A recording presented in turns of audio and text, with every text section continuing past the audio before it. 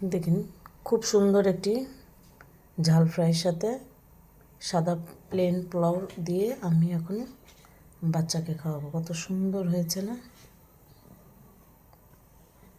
আসসালামু আলাইকুম। খুব মজাদার একটি মুরগির ঝাল ফ্রাই করব। মুরগিগুলো ভেজে নিচ্ছি।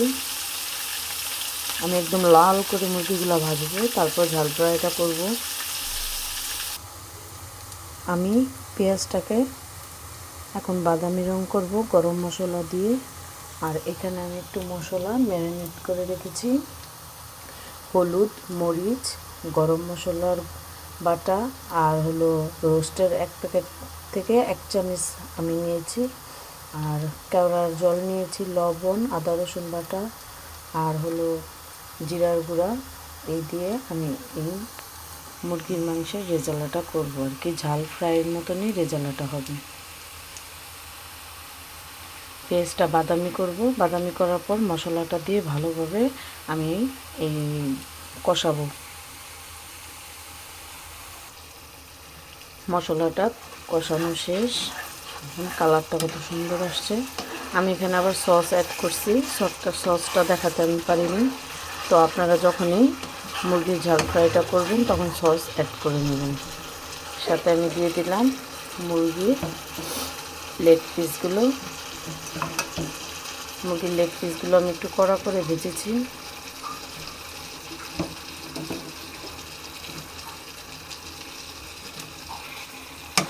এখন আর আমি কষাবো না,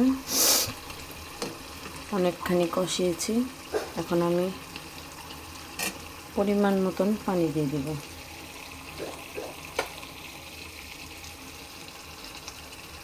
আমি এখানে পরিমাণ মতন পানি দিয়ে দেব। যেহেতু আমি মুরগিটা কড়া করে ভেজেছি, তাই বেশি পানি আমি দেব না, এখানে অল্প পানিতেই হয়ে যাবে। আর আমি একটু ঝাল ফ্রাইতে আমি একটু ক্যাপসিকাম দিব, তো আপনারা না দিলেও পারেন, আমি দিলাম। ঝাল ফ্রাইটা হয়ে আসছে। এখন আমি কিছু ক্যাপসিকাম দিয়ে দেব। এটা আমার বাচ্চারা খুব পছন্দ করে, তাই আমি এটা দিই। আপনারা নাও দিতে পারেন, এভাবে রান্না করলেও হবে।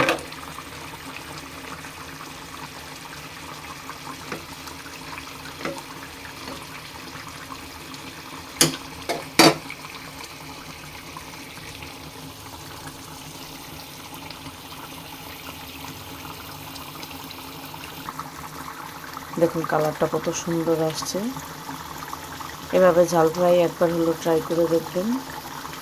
খুব শর্টকাটভাবে ঝাল ফ্রাই করলাম, কিন্তু আমি তেমন একটা ঝাল দিই নেই, বাচ্চারা খাবে এর জন্য।